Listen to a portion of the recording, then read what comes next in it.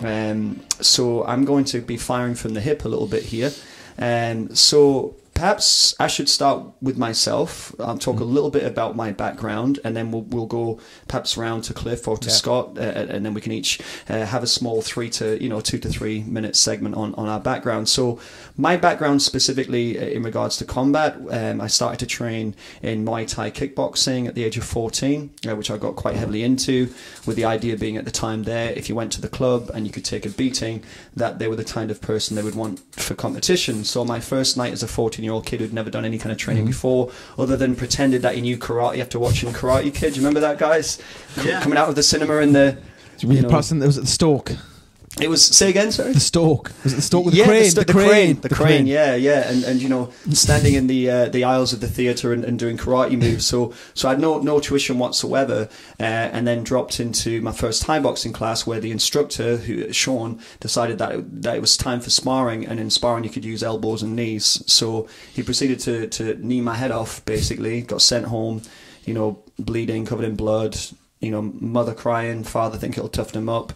And I would go back every week religiously on my own. I'd wait after school, finish school at 3:30, wait 4 hours for the club to start, go in and just basically get my head kicked in twice a week. And then I'd walk home about 9 miles home, and I'd do that twice a week. And that was my introduction to martial arts. So I stuck with that for a long time, worked my way up through the ranks. And there was one kid who used to, from Eyemouth, and the idea is that you get amateur boxers coming in, you get the Thai boxers, martial arts, you get the doorman, you get the tough guys wanting to fight, and everybody would just come in and just kind of get together and spar and train.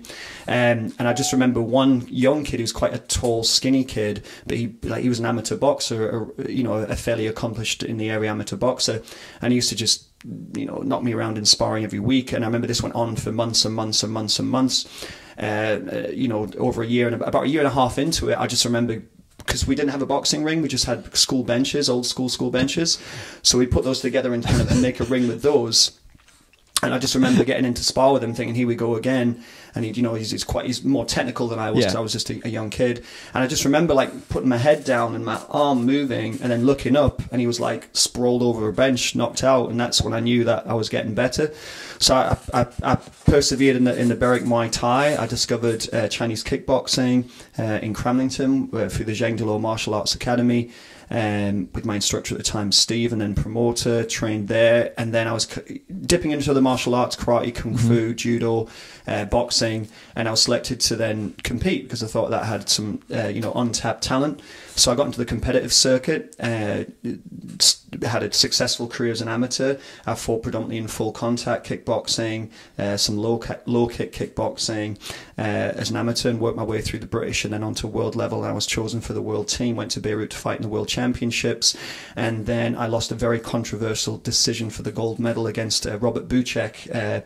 It was such a controversial decision that they'd ripped the flag down, the crowd was booing, and he kind of apologised to me on the podium, although, you know, it was an interesting fight. From there I turned professional, and then I worked my way up through the ranks as a professional into, you know, English, British, European, and then world level. So I followed that right through. That was kind of my fight career during this as for profession. I worked in a variety of different kind of gyms and health clubs. I was a lifeguard at one point. I also became one of the youngest chaps at the time to qualify as a PTI, physical training instructor, in the 6th Battalion of Royal Regiment of Fusiliers. So I followed that through. And then actually took a job on working part-time at Workout World, which is now Powerhouse, not the club, the fitness store. And then I started as a Saturday kind of boy, basically, to full-time, to assistant manager, then worked my way up to manage that. I was a progress in my fight career. Started to coach people on a one-to-one basis into martial arts and strength and conditioning. Took a tremendous interest in nutrition, in health, in training principles, in supplementation, and then worked my way through there. As I was doing that, I then eventually became employed by quite a large health supplement company, who would then offshot into a small sports nutrition side, Sports Sense, and they brought me on as a development manager and kind of a sales manager. So my job was to go and promote and sell and create products, as I was competing as a fighter.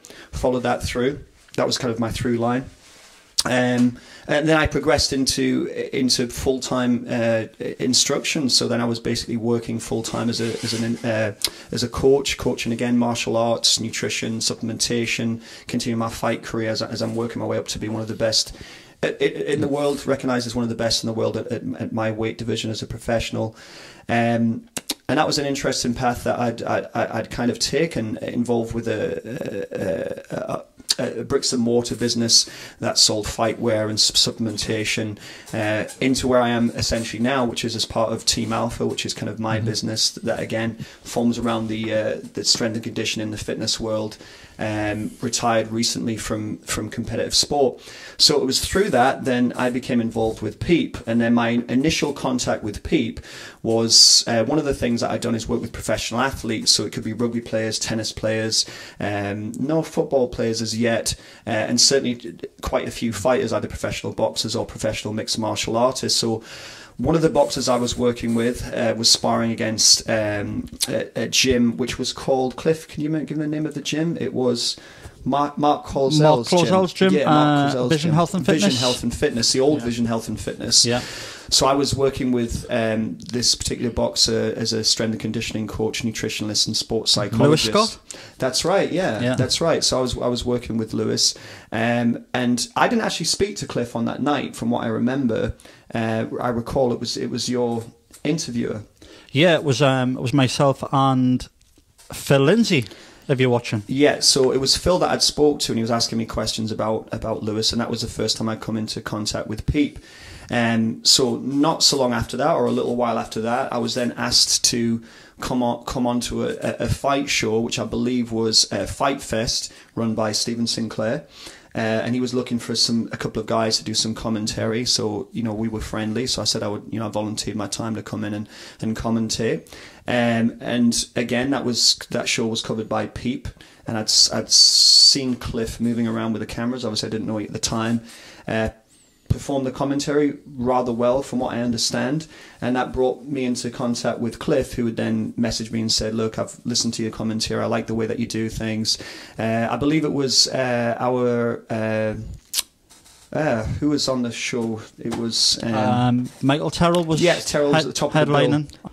He was fighting De Silva. Yeah, De Silva, that was it. It was Romy. Terrell De Silva, Romy De Silva, in a boxing match. I think it was like the fourth time they'd fought. I remember third or fourth, yeah. Third or fourth, yeah. I remember the first time they'd fought at I think it was the Liquid nightclub in Newcastle. That was a Thai boxing. Is that what David Wheel was talking? That's right, that was David Wheels. Yeah, that was back in the day. So then we'd had a meeting. We back and forth some things, and I'd agreed to come on as a commentator for events, and also an interviewer, if that's the right phrase, for fighters. And the first time we did that was to work with Blood Boys, with our guy Lewis Ritson. Yes. At the Baltic. And then from that, organically, it grew into doing Peep Live. So that's really where I am up to press with. That's kind of taking it right up to date, isn't it? That's a timeline. That's a 5-minute timeline. That's 30 years and 5 minutes. So you took a beautiful journey there, Jim. I did. And I hope the viewers enjoyed that too. So if we just wipe a tear, and then if we go over to my left, we're going to ask the same of Cliff. How come I have to come after James with that just illustrious background? Well, thank you. I think you've got a bit of an illustrious background yourself, though. Yeah. So